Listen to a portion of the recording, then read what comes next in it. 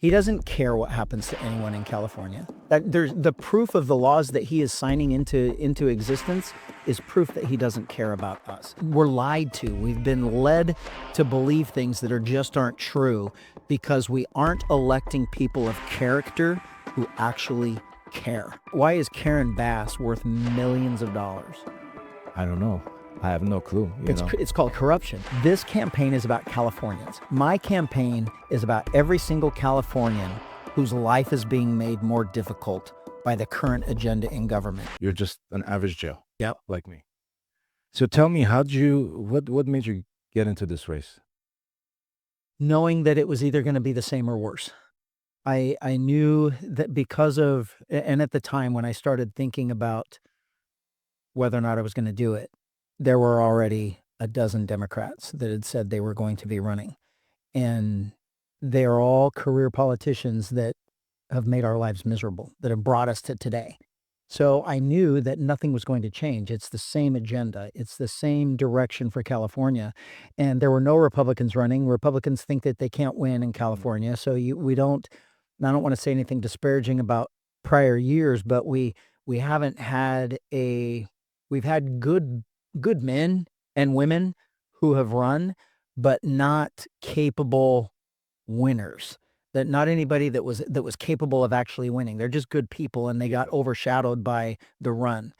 And so knowing that nobody was stepping up, I knew I had the platform. I knew I had the name exposure. I knew that law enforcement is a major issue in California. Prop 36 had just passed by 70%.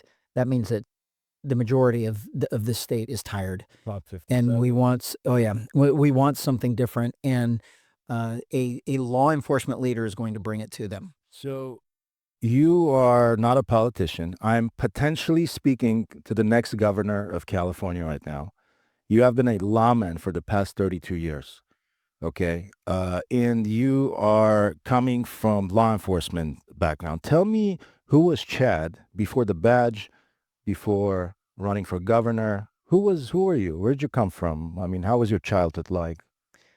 There is nothing that really in my life. I've had hardships. I've had bad things happen. I've had, things that I wish wouldn't have happened, but there is nothing about my life that was too difficult. I've had a fantastic life. I've been very blessed. I had a great childhood. I had amazing parents. I had amazing grandparents. And I lived in a very small town. There were 1,200 people in the town that I grew up in. So I really had probably about 500 men who were acting as my parents. I mean, it was a very close community. Everybody knew everyone, and I was formed by a very hardworking community that valued integrity, that valued your word. What you say matters. You do what you say you're going to do. You work hard. You help others. That's how I was raised. I was very blessed. My parents worked very, very hard to give us everything that we wanted. I grew up in a rural town. I grew up, I have one grandpa that was the cowboy that where I developed my love for animals and horses and hunting and fishing in the outdoors. And my other grandpa was a business person, owned multiple businesses. And my dad was just the hardest working, most ethical man I've ever met in my life. And so I grew up great. If you ask me, growing up, from the time I could probably walk and talk until it didn't work out that way, I was supposed to be a Major League Baseball player. Oh, I see. Right about now, I should have been being inducted into the Major League Hall of Fame. I was going to ask you next. What did you want to become when you? Yeah, my entire life was about baseball. I was blessed with athletics. I was athletic. I was extremely good at wrestling, golf, but that was in the off season of baseball. I never really played football. I started to play football, but football where I grew up and how things work Wasn't popular. It was popular, but it interrupted my hunting seasons. Oh, I see. And so I had priorities, and it was just killing time till baseball anyway. So is Dodgers your favorite team? I definitely love the Dodgers now because I'm in Southern California. Yeah. I'll make people mad in California and say that because I am so mentally attached to baseball, I grew up a lifelong Yankees fan. Oh no, I wanted to wear pinstripes. I wanted to play for the Yankees. I gotta show you that. I saw that as soon as I came in. So, yeah, I saw that as soon as I came in. I will always be a diehard Yankees fan just because growing up, that's what I wanted to be. Got it. I have my teams. I love the Dodgers. I love the Angels. You know, if it's going to be in California, I love all the teams in California. I root for all of them. So it's I just love the sport. Were you born in California? Utah. Utah. I was born in Utah. I came to California. I was 22 years old. I see. I came here for a better life. I came here. Baseball is what brought me here. Baseball is what uh, really solidified my love for California. 11 years old, I came to California, Santa Monica, to play in the Little League World Series, and we spent a little over a week here. And I got immersed into life in Santa Monica, the beach, the pier, the downtown, the family that we stayed with. Their kids took us all over. We went to one of their friends' birthday parties, and as much as I love baseball, I can't tell you one single thing about that tournament.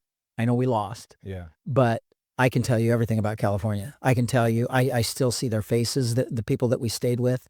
I see the car that she had, the 16-year-old that drove us around.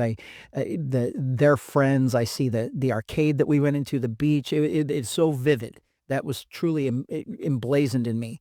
And I went home at that time. I told my parents I was moving to California, whether with or without them. Nice. And my mom said that I had to wait till I was an adult. And then through baseball, particularly in college, I was fortunate enough to come back out to California and make the circuit during our spring training trips to San Diego and Los Angeles. And, we played against USC and San Diego and UCLA. And just being here, it's like, man, this is where I've got to be. Usually people come here for Hollywood.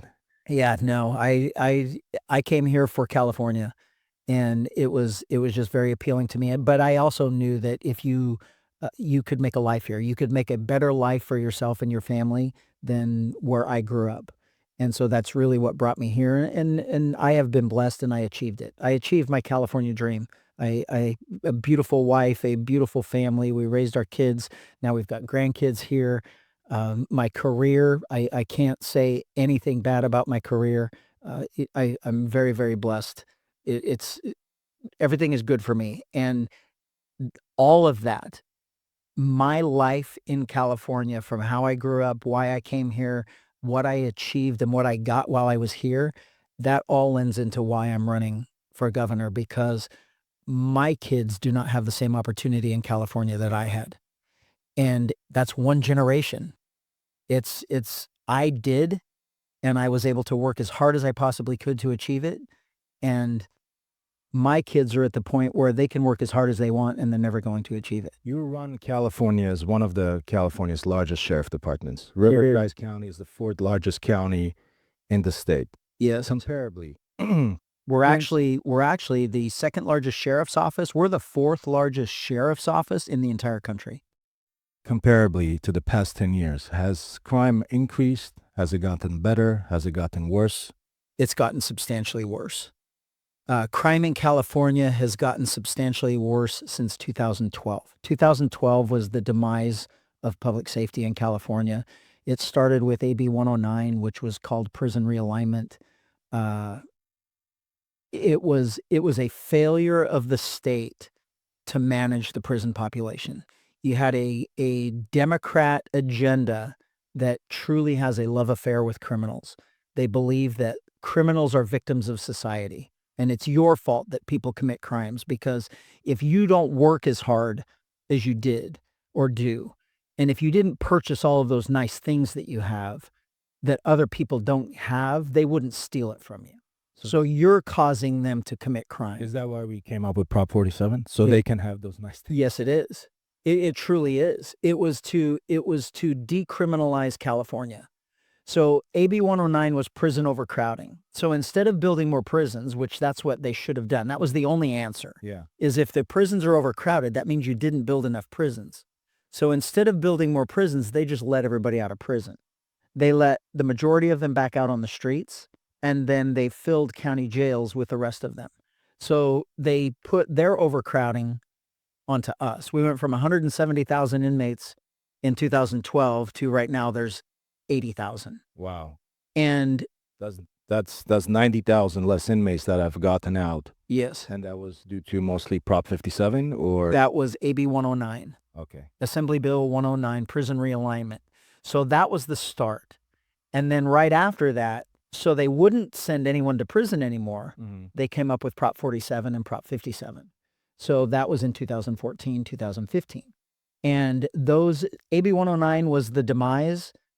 Prop 47 and 57 were the nails in the coffin. And then there were several bills after that that were piling the dirt on the For the coffin. people that don't know what Prop 47 is, can you just briefly, in layman's terms, explain what it is? Prop 47 basically made all drugs legal. It made theft legal. It made it's basically 47 and 57 was a process of making crime not a crime.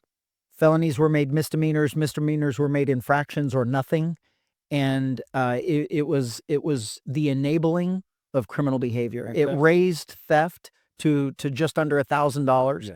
So when they did that, those of us that were enforcing the law would go out to these retail stores, big box stores, even mom and pop stores, and were told that the first thing that and they would tell us, the suspects, the criminals would tell us, the first thing they took from inside the store was a calculator, so they could add up the things that they were stealing to make sure that when they walked out, they were under the threshold and we couldn't do anything about Which it. is $950. Yeah. So then you had all of the drug crimes that were just made legal. You can go back to 2014 and you look at the numbers of homeless in California, and it's basically this. And then you hit 2014 to 2026, it does that. The graph is this. It's a 45-degree angle. Every single year it is getting worse and worse and worse. And that is because drugs have been made legal. It is enabling a drug and alcohol-induced psychosis, creating a mental health issue, the psychosis part that we are seeing on the street. God did not make us crazy. God did not all of a sudden turn something off in our bodies that gave us mental health issues. It was drugs and alcohol.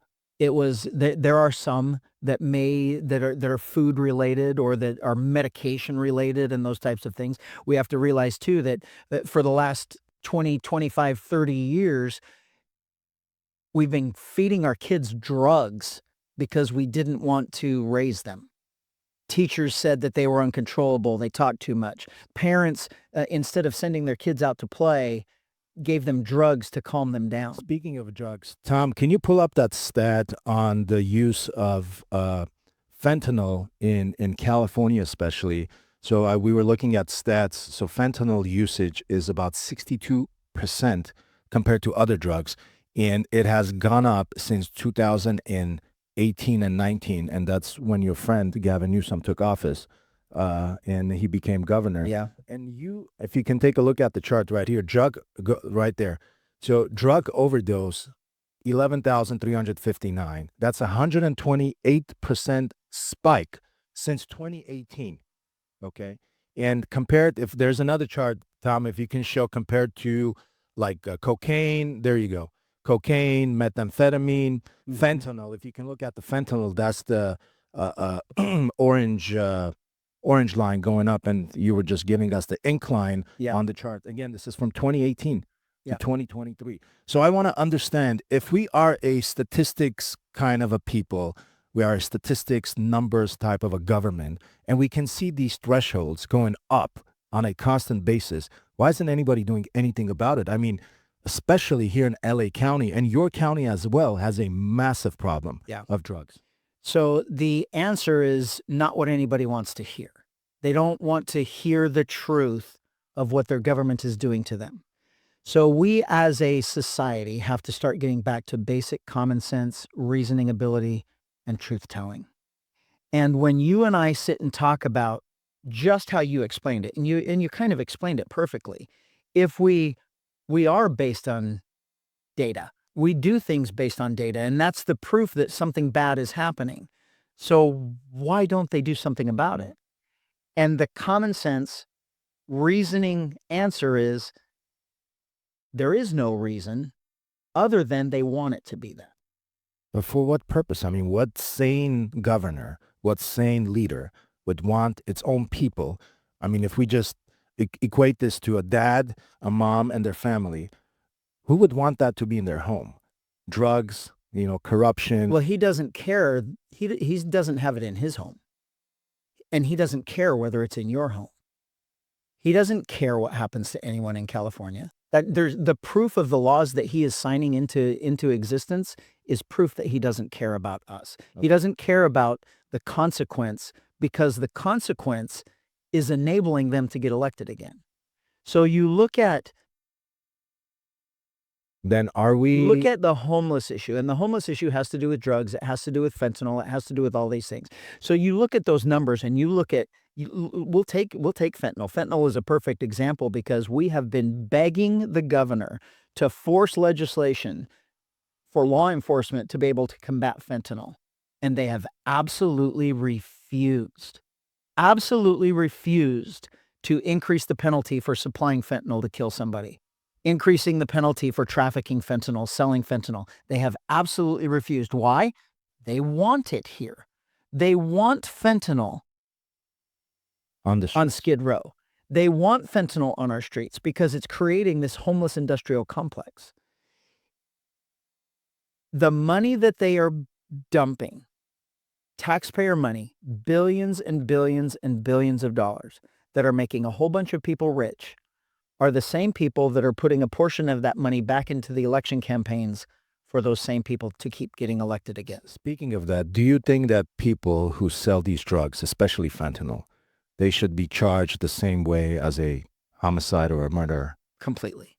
All right. Completely. Every single person that we arrest that is selling fentanyl, they all know that it is killing people. They all know that the potential of that person dying from one usage of the drug was there. And it could happen, and they just don't care. They want money. That's why I'm specifying fentanyl, because I know a lot of people now, they mix it with other drugs, cocaine, methamphetamine, even sometimes with heroin. And if you exceed a certain threshold and you add it into cocaine and people, use cocaine, they will overdose and die on the spot. Yeah, there's the chance of you overdosing on cocaine and dying is not great. The chance of you overdosing on heroin is not great. Your body, the way heroin works and the potency of heroin even, you're going to pass out. You're going to be out. But the chances are your body's going to recover fast enough that you're going to revive. Your body's just going to revive you again as it metabolizes the drug.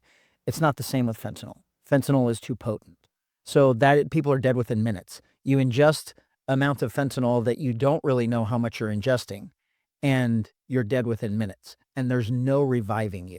That's how fentanyl works. I want everybody watching to realize every single drug that is out there, including marijuana, is being laced with fentanyl. Yes. There have been people where we know have died, and we've done the autopsy, and we know from all of their friends and everything around them and all of the evidence that we gathered in their death, they didn't use any other drug but marijuana.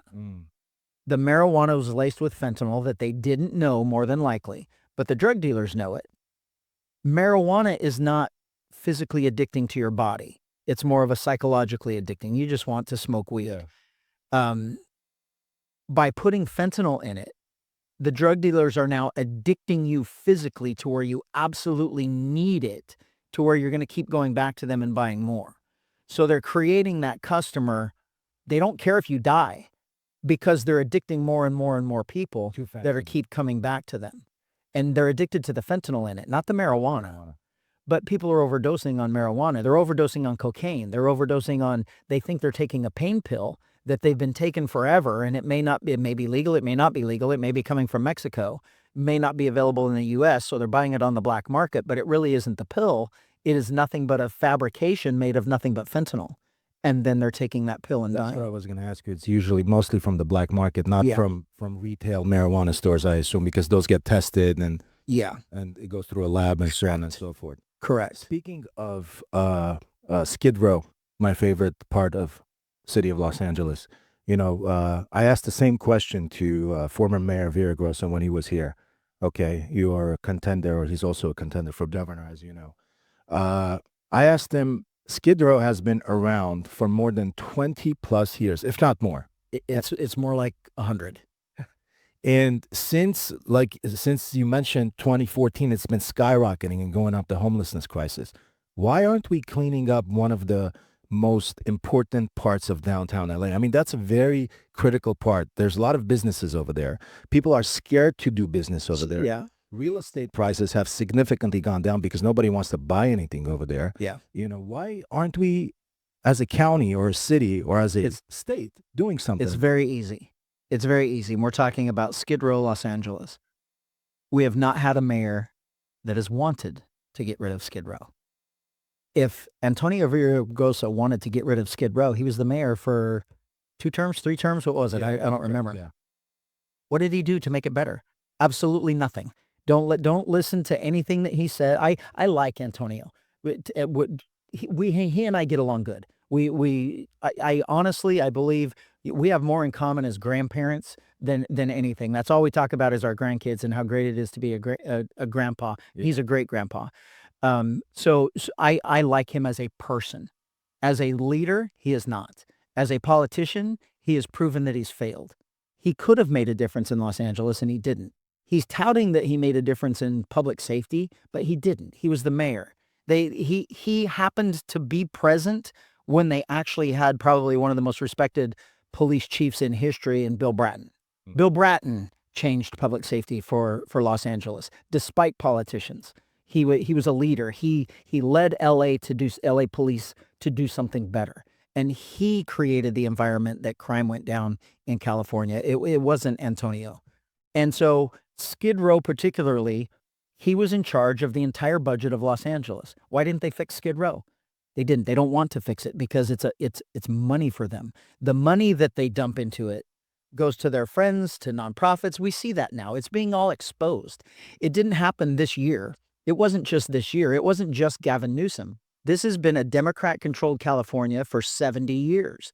And these systems that are in place have been in place all along, and they're manipulated. So all of that city money that's being, the billions for the city of LA, it's $2 billion a year that Karen Bass is putting toward homelessness. She can't fix downtown Los Angeles with $2 billion. Yeah. They don't want to fix it because that's what you use in your next election is elect me again and we're going to take care of this. Look how great we did. We dropped the numbers by 10%. That's one person. I mean, we're lied to. We've been led to believe things that just aren't true because we aren't electing people of character who actually care. So, I mean, as you mentioned, we're actually the second largest city in the union, and we're about to have the Olympics, the World Cup, and all these people all over the world, they're going to come here and they're going to see the $24 billion that we've spent on homelessness hasn't gone anywhere. And to add a question to that, do you think sanctuary policies have actually added to the problem? California being a sanctuary state, a bunch of cities in California making themselves as a sanctuary city, and we have a massive border with Mexico. And the reason why I'm mentioning that is because more than 80% of immigrants coming to California, they come through that southern border. Yeah. So the answer is yes, but we're not able to have data for that because our lawmakers have made it illegal for us to ask. So we can't ask if they're illegal, but we absolutely know that millions of illegals have come into our state and they're living somewhere. So we talk about housing and the need for housing. There's millions and millions of people in this state who are here illegally that are occupying housing. The homeless places, I mean, I've seen some that time will tell whether or not it's true, but we're certainly being exposed right now in the last 2 weeks to these massive housing locations that have gotten millions and millions of dollars of homeless money that are doing nothing but housing people from other countries. While American American citizens are living on the streets. It is a absolute broken system that we have to start being honest about, and we have to start realizing there's a massive, massive, massive problem that the system is being manipulated to make people money and to get votes for disingenuous politicians. As governor, would you cooperate with federal immigration officers? Absolutely. We will eliminate our sanctuary state status, but I have to clarify that, and I have to quantify it to what it actually is. Me as the sheriff and any prison warden, Mhm. when a person is in jail and set to be released that has committed crimes against us, they have victimized us, and they are also in this country illegally, they absolutely must be deported. They must be sent back to the country that they came from. They cannot be let back out into society to victimize us again. There is not one common sense person that would say anything different than that. Why do you want a child molester You'd be surprised. to be your neighbor? Well, that's because they're not thinking they're not being confronted so everybody can see. It's easy to type behind your computer anonymously and be all on your soapbox and how righteous you are and condemn everybody else. But the reality is, do you want me releasing a child molester next to you to live next to you? Absolutely Do not. you want me to release a rapist to live next to you? Do you want me to release somebody that has killed 2 people for DUI and we're going to put them back out on the streets so they can kill your kids while your kids are on the way to school? I lost a dispatcher on his way to work, was killed by a drunk driver that was in this country illegally, and it was his 3rd DUI. Wow. Should not been in this country. We lost just a couple of months ago, we lost an 11-year-old boy riding his bike down the street, run over by a drunk driver who fled the scene. We eventually found it's his second conviction. It will be his second conviction for a DUI. He's in this country illegally, and he was in the country illegally the first time. Should not be here. If you're going to come here and victimize us, we should be deporting you from our jails and our prisons when you victimize us. Now on the other side, this is where some people get angry at me because they want me to just deport everybody. Mhm. I'm a local law enforcement officer. A deputy that is out on the street, the line level staff, the police officers that are out on their street, we absolutely cannot be engaged in the enforcement of immigration Immigration. laws. And I will give you a perfect reason why. Since the rhetoric caused by Newsom, Karen Bass, other political leaders across this country, the dishonest, disingenuous rhetoric and hatred directed toward ICE and law enforcement has caused people who are here illegally to no longer report crime. And you have to realize that me as a law enforcement officer, the people who are coming into this country, I'm not talking about whether they did it right or wrong. They are coming into this country, fleeing countries who have a a horrible law enforcement. Their law enforcement is corrupt in these other countries. And so when they come here, we have to work hard to build trust with those people that they can trust us. We're not going to deport them when they're victimized. When they report that they're victimized, we're going to help them. We're going to stop them from being victimized. So this is what I want you to understand. I, as a law enforcement officer, cannot have a situation where a 14-year-old girl will not report that she is repeatedly being raped because she's afraid of her or her parents or both being deported from the country. And so she is repeatedly raped and victimized by someone who is taking advantage of the fact that she is here, when all she would have to do is trust law enforcement and report that, and we will make sure that she is protected and that she is safe. And anyone out there that cannot look me in the eye and agree with me, you need to look in the mirror and realize you are the problem. You're absolutely right. I couldn't agree more with you. What would you say to the people who are immigrants here, but they're hardworking? They came here, they fled their countries because of all the, shambles and difficulties they had. They came here for a better life, just like many Yeah. immigrants that made a name for themselves and they're productive citizens. You're saying you were okay with immigration enforcement, with ICE showing up here. What would you tell to those people? How would you limit the interaction or the confusion for those people, to be considered as collateral damage? Yeah, it's a very tough situation because some of them came here illegally. and some of them came here legally. Some of them went through the onerous process of doing it legally, and it took them years, sometimes decades, to get through the process.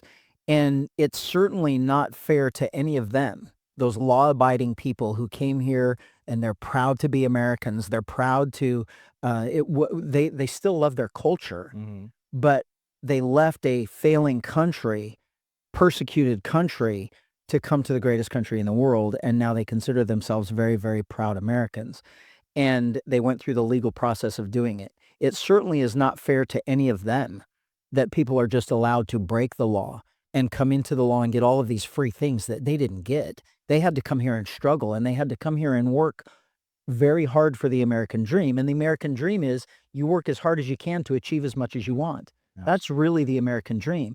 But when you have a situation now that they are working as hard as they possibly can to achieve the American dream, and it's been 12 years that they've been working here and they've been paying their taxes and they've been law abiding, and now they're watching people come across the border, free flow across the border, getting free everything and being allowed to stay here, taking away from them, they're angry, and rightfully so.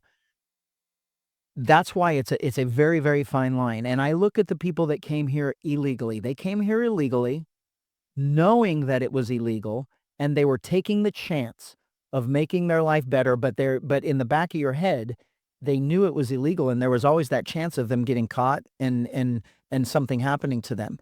And that I mean, I get that. I see that, and there it really is, but we have to realize that we are the greatest country in the history of the world because we have an adherence to our laws. And Absolutely. it's a multi-pronged thing, and as governor, I'm going to make a huge difference in the entire country. Our immigration system in the entire country is broken. It was made decades and decades and decades ago at a completely different time when it worked. We needed workers. We needed it was people were coming here to build the population, to expand the population, and they came here to work. They're coming here for free stuff now. Yeah. It's no longer coming here to work. They're coming here for the welfare state. That's a great point. And so the immigration system doesn't work anymore. And it's up to our federal government, the people that we are electing to send to Washington, to fix. And they're refusing to fix it. But the governor of the largest state in the country, I have a lot of influence with the president. And we could work with Florida and Texas, the next two largest, and the three largest governors in the country can force the federal government to fix the immigration system. So the people that are here have a faster path to citizenship. They have an easier path to citizenship, even from the country that they're coming from, before having to come here illegally. We have to fix our system because no matter what, America needs immigration. We have to have people coming into this country because our birth rate is exceeded by our death rate. We aren't keeping up with it. Yeah, absolutely. So that's the country's going to eventually fail without more babies being born and immigrants coming into the community, into our communities to make it grow. So we know it has to happen, but politics is getting in the way. And there are many ways we can have paths to citizenship, and we can speed up that path to citizenship in the jobs that you work, in the career choices that you work in, and those types of things. We can make it easy. At one point in time, my wife's grandfather came to this country illegally, worked on the railroad, and obtained his citizenship from working in the railroad and serving in our military.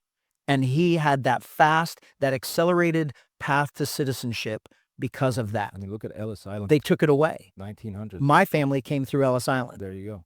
They took all of that away. There's that path to citizenship through the railroad or through employment or through military has been removed. Why don't we put it back? There's no reason why we couldn't put it back. You get to that same thing as we were talking before. Obviously, they don't want to fix it. If every single 4 years you're running on election to say, I'm going to fix immigration, I'm going to fix immigration, it's a very emotional way to get people to believe you and vote for you when the reality is you're not going to do it. Do you believe in second chances? Completely. Is there a crime you would exclude for an immigrant to commit, because they made a mistake? I don't know. They did something. And Child molestation and rape is unexcusable, and there is no rehabilitation. I've been doing this for 32 years. Someone that is going to molest or injure a child or rape a woman, Mhm.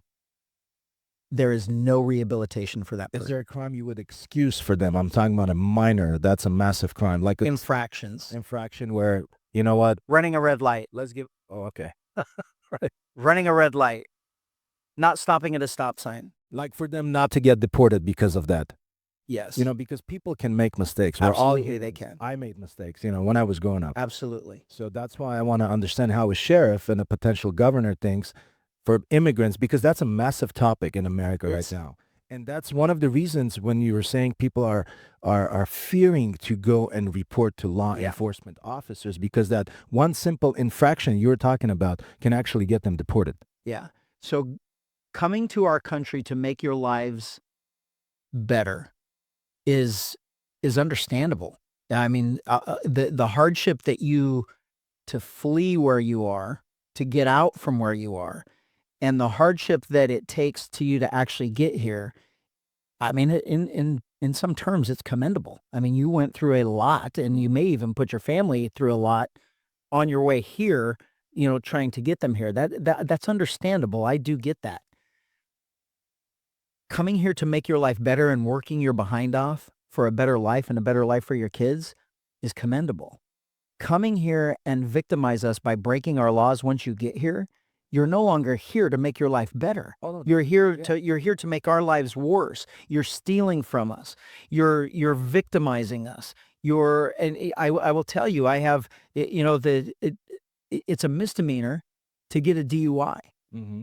It is. If you're here illegally and you're going to drink and drive, we're deporting you because too many people are killed by DUI drivers. Yes. And when are we going to say that that's acceptable? It's like, you know what, it's okay. I would say never, but I mean, speaking like this, 2 beers is also a DUI, and having half a bottle of scotch is also a DUI. You know what I'm saying?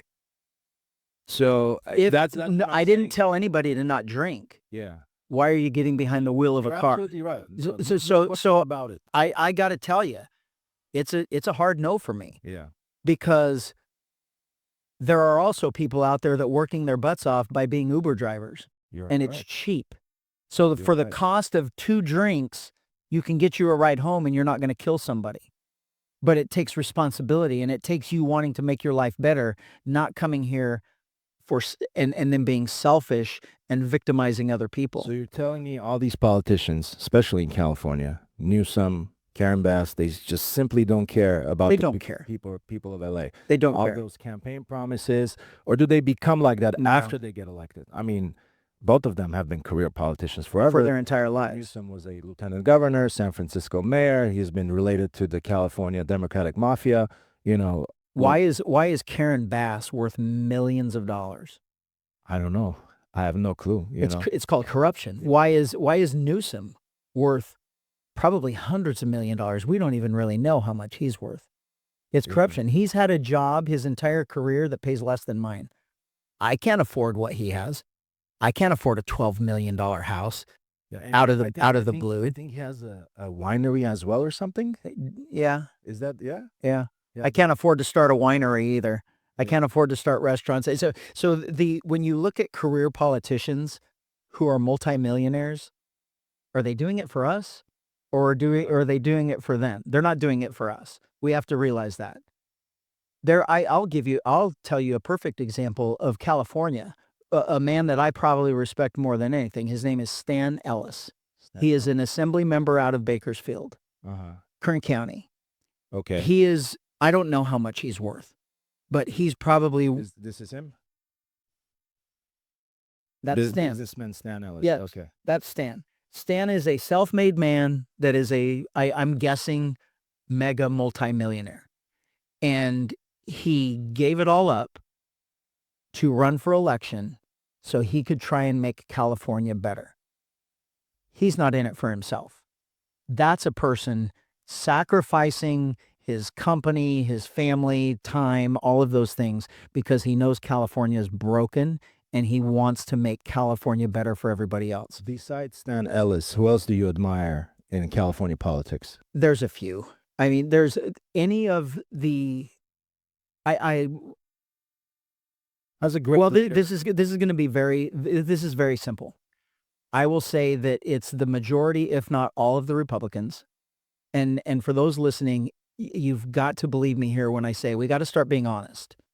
This is not about Republican and Democrat. But the Republicans are the only ones there every single day fighting to make our lives better. They're the only ones fighting every single day to make gas prices lower, to make housing prices lower, Oh, wow. to make the cost of living lower. The Democrats control everything, including the governor's mansion. If they wanted gas to be lower, they would make it lower today. If they wanted you to be able to afford a house, they would do it today. If they wanted there to be treatment centers for all of the homeless people that are on Skid Row and everywhere else in every community in California, alcohol treatment centers, mental health treatment centers, and drug treatment centers, they would do it today because they have complete control of everything. So you're saying So there is not one Democrat in Sacramento that should have anyone's respect because they are not doing anything to stand up to the complete abuse of California that's being done by the current agenda. Now, when I said that, I didn't say that all Democrats are bad there. yeah. I said I don't have any respect for them because I know several of them who don't agree with the current agenda, but they don't have the courage to stand up against it because they want to get elected So you're again. telling me all it is that they're just careless and It's self-centered, it's self-serving, okay. and they don't have the courage, the strength, or the integrity to serve other people. They are more there for themselves than to serve somebody else.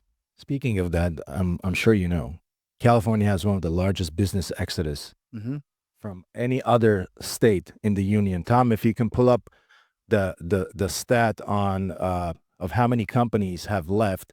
So on an annual basis, it used to be like 70, 80 companies. We're talking about like big companies. Yeah. We're talking about small mom and pop, but also many small mom and pop businesses leave as well. Yeah. Now there's more than 270 to 300 companies on an annual basis leaving. And if you can pull up that list of all the companies, Tom, I think it's the other article. There you go. So if you look at these companies, and you know some of them you may not recognize, but there are massive ones. Massive. I'm talking about Tesla, Chevron, and we're just talking about gas. And we have three massive oil refineries leaving the state of California. And then you're saying that if they want, they can have lower gas prices? Absolutely. If we have more business-friendly practices, if we have business-friendly incentives, we're the highest tax bracket in the entire union at 13.3%. Yeah. That is the highest. I mean, You can't stop there because when you talk about California being the highest taxed, we're the highest taxed at everything, and especially overall. gas, I mean, gas is excise tax. Sales tax, property tax. Property tax, no. We're at 1.25. No, I mean when you add it all together. Yeah, yeah. So you look at Texas. Texas has property tax that's higher than California, but that's all the tax they have. California, that's what Newsom says. He lies and says he just wants to talk about property tax. Say, oh, look at our property tax. 13, right? I think. But they don't have sales tax. Yeah. So that 13% right off the top, Texas is better. Their sales tax is lower. Texas is now better. So, okay, their property tax is a little bit higher than ours, but that's all they've got. So Texas is way better than us. And every other state is the same. When you add all of the taxation in California, it's absolutely massive. New York is the only one that taxes people more. So what do you do as a governor? You end it. How? For You end it. businesses, how do you make California more business friendly? You ask people why they're leaving, and they're leaving for two reasons. Every business is leaving for two reasons: excessive regulation and excessive taxes. That's why businesses are leaving. It doesn't take a rocket scientist to say, okay, then we have to remove the regulations and we have to remove the taxes because they're going somewhere else that do not have those regulations and do not have those taxes. So if we want them to stay or if we want them to come here, we have to make it more appealing. And this is what I'm talking about. If our governor and our legislature wanted to make it more appealing to own a business in California, they could do it today. They could remove the regulations. They could remove the taxes that are forcing them out of business. They don't want to. So you're telling me you would reduce the California Regulations are absolutely going to be removed We will have the same regulations in California that every other state has. We're not going to have national regulations on steroids like we currently have. So the regulations that are, and really the problem with businesses is around 65, 70% regulatory. It's not You're right. taxes, Yeah. it's regulatory. Regulations, I will sign away with a stroke of a pen, every single one of them. Taxes, we actually have to get the tax code changed, which will take an action from the legislature, but we are going to, every Californian wants a tax cut. Mhm. Every Californian wants a tax I cut. do. And I am going to expose every person in Sacramento that is not supporting a tax cut for its residents. And that person will not get elected again. So they are going to change their vote to yes because they want to get elected again. I want to understand with an executive order, will that also enable for the local cities and counties to be applied to the same rules? Or the counties and the cities have to vote on it themselves, repeal whatever? For local business regulations, there are local business regulations that the state can't do away with. So that is absolutely right. But this is how it works. When the state takes them away, Uh-huh. then you have your choice.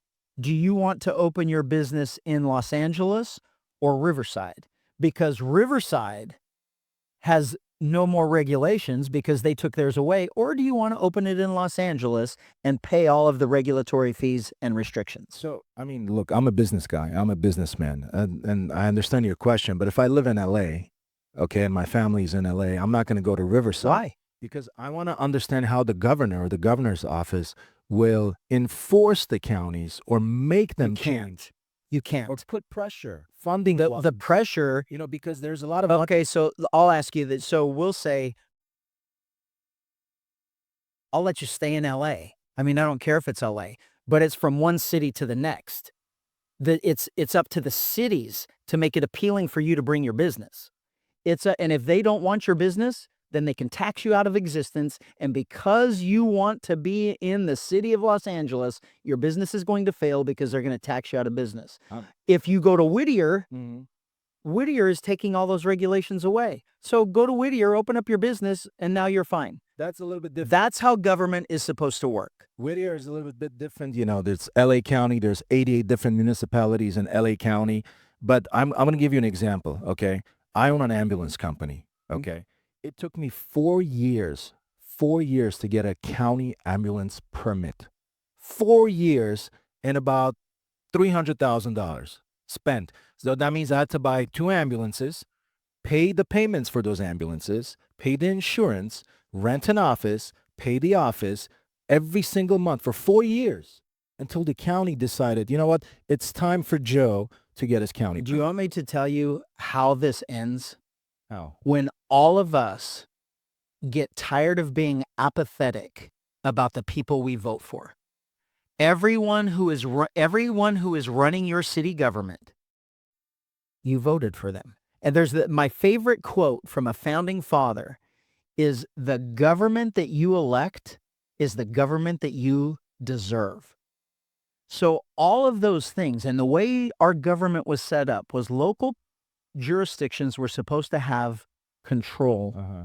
The state has overarching things that affect everyone in the state, but not individual control. And over the last several decades, that individual control has been willingly given from cities and counties to the state. That's where we originally failed. But then you have cities, you have Los Angeles. The mayor of Los Angeles has absolutely no intention of making her city safer, of making her city better, or of bringing businesses into her city, because she is perfectly happy abusing the system that she has and making sure that the money that she is doling out to these nonprofits, NGOs, and where the billions of dollars of LA money goes, that those people are supporting her in her election bid again. So she keeps the money flow going. They keep getting the money. She keeps getting the money in her election. She's elected over and over and over again. And she lives high on the hog, not caring that it took you 4 years to get a business license. If you could vote in LA for mayor during the mayoral election, who would you vote for? I don't know everybody that's going to run. It certainly would not. In the previous election, you're saying, Oh, I would have voted for. I can't believe that people voted for Karen Bass, a proven failure, over Rick Caruso. Rick Caruso, who is a a not only is he an unbelievably successful businessman, he actually cares about his community. He does, yeah. And he cares about making it better for other people. And the fact that apathetic voter, that that that voter who just didn't care to look at who they were voting for and just votes for Democrat because someone else told them that they have to vote for a Democrat. I say this all of the time. The city of Los Angeles, state of California, unfortunately, sometimes, if if it was between a Republican and a Democrat, there are people out there that would vote for that Democrat when it was Charles Manson. But as long as he had a D after his name, they don't care about who they're voting for. It's who's the Democrat and who's the Republican. I'm voting Democrat. Yeah. And that's what we get. Who there is if you take faces away and if you take names away and you put a resume of Rick Caruso and a resume of Karen Bass, and you say, pick the best person for Los Angeles, out of 1 million people, 1 million people would have voted for Rick Caruso. Yeah. There is absolutely no question. But we put emotion into it. We make racism into it. We all of these things, Good. color, political party, everything.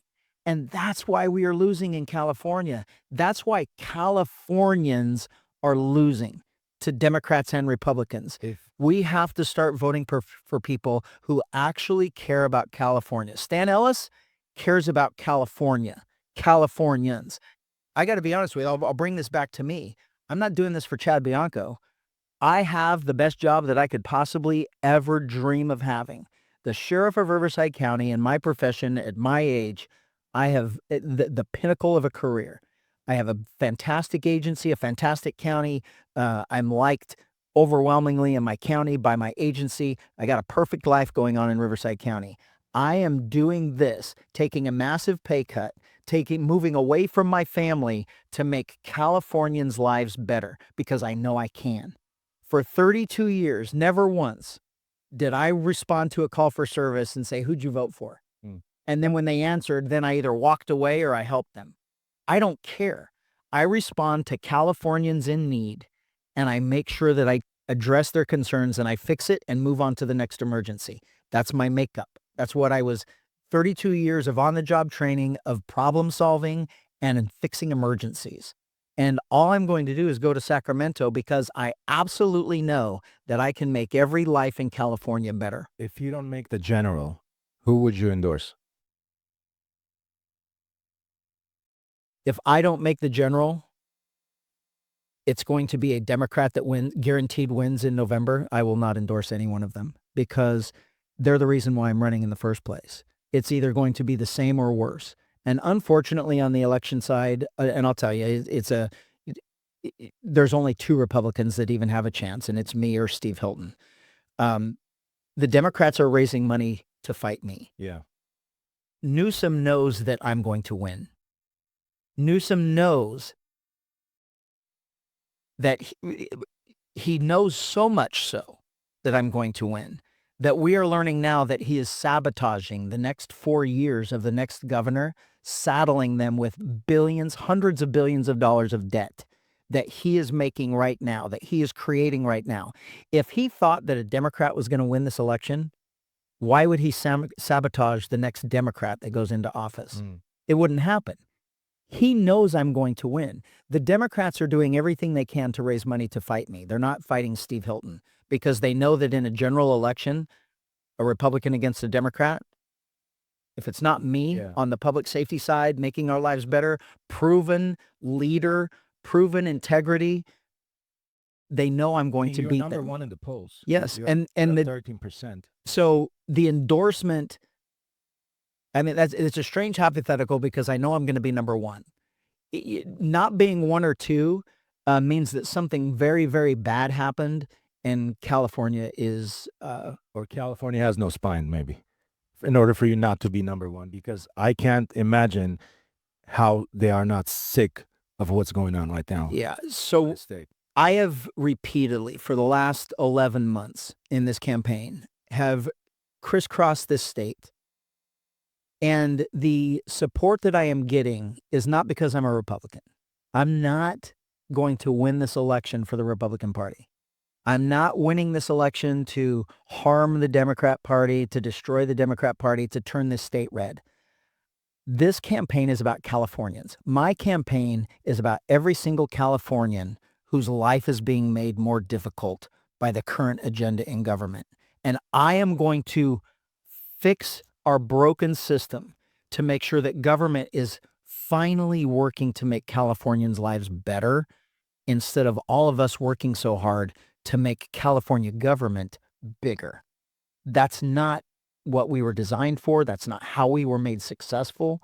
And all I'm doing is taking common sense into California and an absolute desire to make sure that I create an environment in California where my kids and my grandkids can achieve the same dream that I did. Would you repeal Assembly Bill 1955, which is the bill that doesn't allow for schools to tell their parents when they change their gender identity, change their pronouns, and just change who they are in general? Yes. The majority of this state wants that repealed. The majority of the state doesn't even know that's a law. Because Sacramento, because it's a one-party rule, Sacramento, the legislators there have been doing everything in darkness. Everything has been done years and years and years ago. I mean, we wake up and it's like, wait a minute, when did that happen? Well, that happened years ago. Yeah. So, and then we just find out about it because they do things in the dark that nobody, the media doesn't report it. Nobody has a platform to get up and say, look, this is what's happening. I'll give you a perfect example. And this is what I'm going to fix because all of the Democrats know that I'm a very vocal person and I want what is best for Californians. So if you are not working for what's best for Californians, I'm going to expose you and I'm going to make sure that you don't get elected again. Think of everything that's bad in our state. I mean, we've talked about a lot here today. Yeah. All of those things could be fixed today if they wanted it fixed. I spent a day last spring in Sacramento. And I was there for other reasons, but I was at the Capitol and I had some meetings and I knew what was going on. They were in session and everything else. And that day, they spent the majority of the day not talking about the gas tax, not talking about the cost of living, not combating the price of homes, not fixing the homeless issue or the fentanyl issue or anything that's harming us.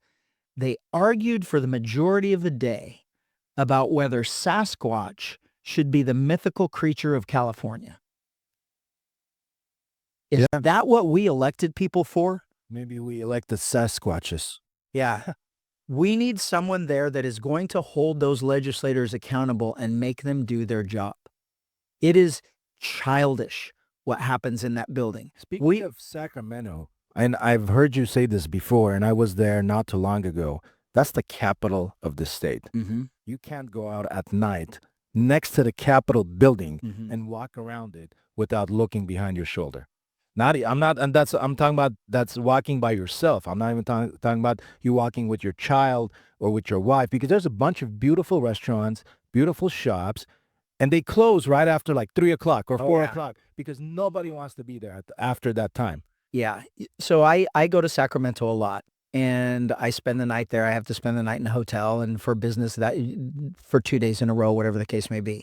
And I exercise. I mean, I run. I go out for either I walk to restaurants and I go run in the morning. You should take him with you. I have a gun. I mean, I would never do it without a gun. I run down the street in the morning at dark because you got to get up early if you're going to get exercise in. Yep. So it's dark. And while I'm running down the sidewalk, I either have to step over, jump over, or run out into the street because of the homeless camped on the sidewalk. Yeah. The feces that's on the sidewalk. Oh, yes. The tents that are in front of our Capitol building on the sidewalk. And that's acceptable. So you have to think about what that is. So the complete... You've been to Sacramento. You look at our Capitol building. Beautiful. I honestly believe it's probably one of the most beautiful buildings that I have ever seen. Mm-hmm. The architecture, the everything about it. It's proof that California is the greatest state in the country. And then you look at the grounds around it. The grass is dead. Mm-hmm. Weeds on the grass in the environment. They've got a very beautiful rose garden, but that's it. but you have homeless camped out there. You have right on the outside the homeless people that are camped there. The buildings are all boarded up and graffitied. The businesses and the restaurants have left. The few that are there, you said it, they're only open for breakfast and lunch. Mhm. A very small few of them for dinner. And you look at it, this is the way I look at it. There is absolutely no respect for our capital. There is no respect for the capital of the greatest state in the country. If you're not going to take care of and be proud of the Capitol building and the surrounding area, how can you be expected to care about the rest of California? Yeah, absolutely You right. can't. You can't. It is it those people who are there, the governor, should be absolutely embarrassed to drive into work every day. For the people that don't know this, but if you can remind them, and for the people that think it cannot be done, Gavin Newsom cleaned up San Francisco in a week or 2 weeks when One weekend, 1 weekend, 2 days. 2 days when Xi Jinping was coming to San Yeah. Francisco, and it was chaos in San Francisco. I mean, it is now again Mhm. since he left. I'm going to tell you, they've got a great mayor. So they recalled their mayor and they put in a different one. Huh. And I'm going to tell you, he's claiming to be a Democrat. He's not. There's not one single thing about him that is Democrat. He is very pro law enforcement. He is very pro business. He is very low tax. He's saying all the right things. I saw yesterday he's considering a run for governor. I'm smiling because I'm a Democrat. Yeah, well, you're not really. I mean, and so there's a problem of where we're locked into D's and R's. And for years, I've said that we're not going to fix our politics. We're not going to fix our government until we do away with the D and the R. And we start voting for people with character, people with integrity, people who are actually doing things for other people. So the mayor now is like the heir apparent. He's a billionaire. I think it was Levi's. He's the heir apparent to Levi's. The jeans. Yeah. So he's a billionaire. So he's actually doing this to make a difference. And he ran as a Democrat because that's the only way you're going to win in San Francisco, because that's all they vote for, that whole Charles Manson thing. Thank God he won, because he's actually not a Democrat and he's making a difference. He truly is trying to clean things up. And in the time that he's been there, I can say that from the pictures I have seen, he's got a long ways to go, but he's trying. And so it's good. But San Francisco, arguably one of the greatest cities in the entire world, Yeah. in the entire Beautiful world, city. completely destroyed by a failed agenda, which is also failing our state. Newsom's agenda from the early 2000s in San Francisco were just continued while he left. And now he continued that agenda in our entire state. So it wasn't him. It wasn't Newsom. Newsom is part of the agenda. He just happens to be the figurehead, the leader at this particular time. But it's been decades in the making of this failed agenda. And so we have to really just start paying attention to who we're voting for. And it's got to be common sense making our lives better, instead of this idea that government is somehow going to fix it. Because we have to realize, and we have to also get to the point where we know government can't do anything. Government doesn't make anything. It doesn't generate anything. It does nothing. We do that. You do that. To generate revenue for the state, it's you that does that. Yeah. It's the business. It's the hard worker. It's the laborer. That's The property owner, the landowner, the Yes. businessman yes, create jobs, they pay tax, it goes to the government, and then all that, of course, trickles down. Yes, the government, the only way that government can help is by getting out of the way. Yep. By government imposing themselves, that's when we fail. Right. That's why we're failing. Laissez-faire. That's what we need, I want to understand one thing, there are many candidates, and a lot of them came here onto the show. Everybody has a similar rhetoric. Democrat, Republican, it doesn't matter. And I'm not talking only about people running for governor, people running for state assembly, local mayor, big city mayor. But then once they get elected, it's like whatever they said, it's all forgotten about. Nobody cares. Is there, especially in big offices I'm talking about, like becoming a governor, are there outside forces that come in and kind of enforce the way you should do business? Only if you are unethical. If you are unethical, if you are if you are not strong in character, if you do not value your integrity and cherish your integrity, if you've already given away your integrity, there are all kinds of powers that come into play, and it's all about money. So the powers that come into play are are playing on your inability to guard your integrity. That's what separates me from anybody else. You can't buy me. I'm definitely not a millionaire. I'm definitely not wealthy, Maybe you but become one I'm for not governor. I guarantee you I will not. I guarantee you I will not because money doesn't impress me. I have enough money to pay my bills. And that was what my goal. My and I live comfortably. I'm not saying I'm poor. I've worked very, very hard and struggled in the beginning. And after 32 years, I make a good living. And I will die not wealthy, but very, very happy. And the difference between me and everyone else is I 100% not only believe this for me, but I try and impress this and teach this to everybody that is around me. There's only one thing in your life that can't be taken away from you. Yeah, I mean, if you look around this room, I can walk out of here with your cameras. Yeah. I can I can steal your watch. I can take the chair from underneath you. A bank could take away your house. Mhm. It's CPS, the government can come in and take your kids. Every single thing in our lives can be taken away from us except one thing. There's only one thing, and that's your integrity. Yeah. And you have to make a conscious decision to give that one thing away. We all know you've got the angel and the devil. Everybody has it, and it's who are you going to listen to? And the wrong action, taking that bribe, Yeah. you know that bribe is wrong. But it's are you going to compromise your integrity and give that away? And the answer for me is absolutely not, never. And I'll give you 3 reasons. 4. God, my wife, my parents, and my kids. I'm never going to compromise my integrity and lose favor with God or my wife. I'm never going to embarrass my parents, and I'm never going to be a hypocrite to my kids. I raised them to be just as ethical as I am. My parents raised me to be just as ethical as they are. And I am going to make sure that my grandkids are raised the same way. I am never going to take that bribe. I am never going to allow a special interest to win over of California because somebody offered me something or Is there an organization that you will not accept money from?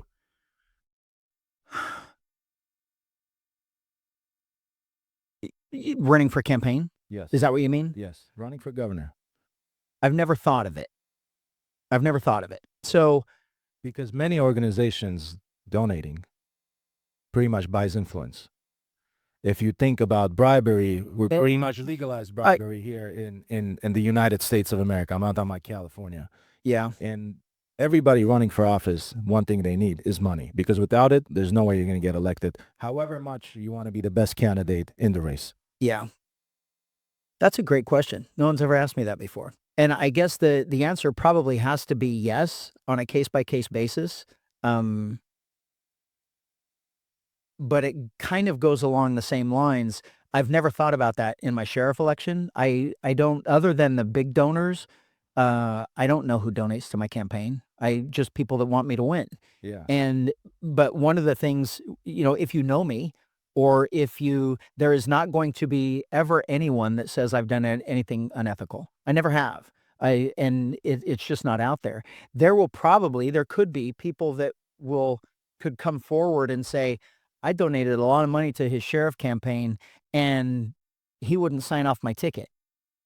I mean, that if you know me, you know that the last thing that is ever going to happen is us being friends or you giving money is going to get you out of anything because I don't 11.99 foundation badge. Yeah. Maybe they can get away with it. That could be a possibility. That is a great question though, because I definitely understand where you're coming from with that about people expecting something in return. I mean, we have a now that I'm even thinking about it, we have a rule in law enforcement, quid pro quo. You can't accept anything. A cop can't accept anything for something else. You can't accept, you know, Yeah. something free, Yeah. and then they Sign up expect to- you to look the other way when they do something wrong, and we can fire people for doing that. So, there, I that's a great question. That's a great question. You'll be prepared next time. I will, and it's not that I'll be prepared. It's I really, having to really think about it. I told you there's no questions off limits, and there really isn't. But I guess a short answer is going to have to be I guess there would be, but it's going to be on a case by case basis. I want to say this actually. I hope you win. All right. And even though I'm a Democrat, I don't vote on party lines, and neither should any single voter. You Mhm. should never vote on party lines. You should vote on the content of somebody's, character, Yeah. not on the color that they're actually running on, which in this case is red or blue. And may God bless you. Thank you for coming, and thank you so much. I had a lot of joy interviewing you. Good. This was good. Yeah, thank you. Absolutely.